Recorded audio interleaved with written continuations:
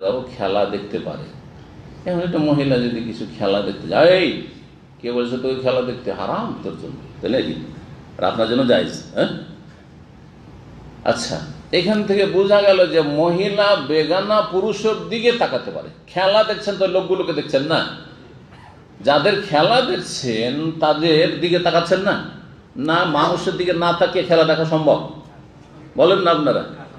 অবশ্যই দেখছেন ওই লোকগুলোকে, তাই না? তাহলে একজন মহিলার জন্য বেগানা পুরুষদের দিকে তাকানো জায়েজ, কিন্তু খারাপ নজরে তাকানো জায়েজ নাই।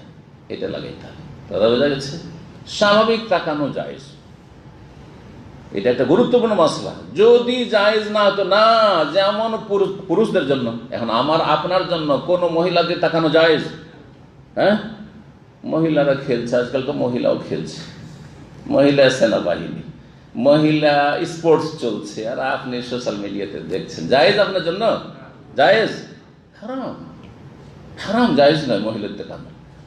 মহিলার দিকে জায়েজ নয়, এই জন্য মহিলার চেহারাকে ঢাকতে বলা হয়েছে, যে ঢাকো, ওয়ালা ইউবদিনা জিনাতাহুন্না ইল্লা মা যাহারা মিনহা। যেটা অনিচ্ছাকৃত প্রকাশ পেয়ে যায়, হাওয়া বাতাসে একটু কাপড় উড়ে গেল, অথবা ওপরের কাপড়টা, কথা বোঝা গেছে? কিন্তু এই না যে চেহারা খুলে থাকে, মা জাহারা মিনহা, চেহারা জাহির করে, চেহারা জাহির হয়ে যায় না। কথা বুঝতে পারছেন? জি, কারণ অনেকে মা জাহারা মিনহা তো বলছেন চেহারা খোলা চলবে, আরে চেহারা দিয়ে তো আসল পেত না, চেহারা ছাড়া আর দেখে কি? মহিলাকে ঢাকতে বলা হয়েছে, তোমরা ঢাকো। এবং সাহাবিয়াতগণ চেহারা ঢেকে একটা চোখ খুলে রাস্তা দেখতেন, হাদিস দ্বারা প্রমাণিত, যখন হিজাবের বিধান নাযিল হল। পুরুষদেরকে দেখা মহিলার জন্য যদি নাজায়েজ হতো, তাহলে আল্লাহ কি হুকুম দিতেন? এই পুরুষরা, তোমাদের মহিলারা দেখে তোমরাও ঢাকো। যখন রাস্তাতে দেখো যে মহিলা আসছে, তখন ঢেকে না। আছে নাকি বিধান? নেই, ঠিক না? তাহলে বোঝা গেল যে মহিলারা পুরুষের দিকে নজর দিতে পারবে।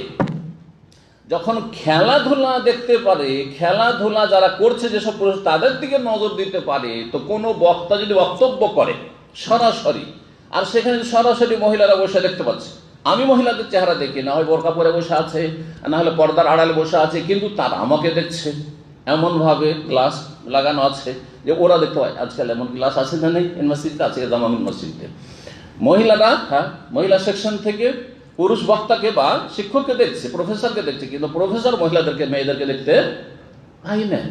অথবা টিভির পর্দায় দেখছে, হ্যাঁ, ইউটিউবে দেখছে, যে ভিডিও দেখছে। অনেক মহিলারা কট্টরপন্থী আজকাল আছে, কিছু একটি ইসলামিক হয়ে বলছেন, না না আমি ভিডিও শুনি না, ও হারাম করে দিয়েছে। কি শুনি? বলছে আমি অডিও শুনি, ওর কাছে অডিও ছাড়া ভিডিও শোনা হারাম। তাই যদি হইতো, তাহলে মহিলাদের মতো পুরুষকে বলা হইতো কি, এই তোমাদের মহিলার দেখে নিবে, খবরদার চেহারা ডেকে চলো রাস্তা, ঠিক কিনা? তাহলে আমাদের নেকাব লাগিয়ে দেওয়া হইতো, কিন্তু আছে শরীয়তে? আশা করি বুঝতে পেরেছেন। তবে কখন নজর দেওয়া যাবে না? এখন বক্তা হচ্ছে স্মার্ট, যারা খেলাধুলা করছে তারা হচ্ছে আইকন, কি বলছে আজকাল এগুলোকে, হ্যাঁ, আইডল, আর এইসব থাক, ওদের ভাষা ওদের কাছে থাকে, মানে হিরো আর কি, এক কথায়। আগের যুগের আমরা শুনছি হিরো, মানে সবাই অনুকরণ করে। আর কত মেয়ে আছে যারা ওকে যদি স্বীকার করতে পেতাম। এই বক্তা, আজকাল যে তরুণ কিছু বক্তা, এগুলো আবার অনেক মহিলাদের জন্য ফেতনা, কথা বুঝতে পারছেন না? অনেক মেয়েদের জন্য ফেতনা।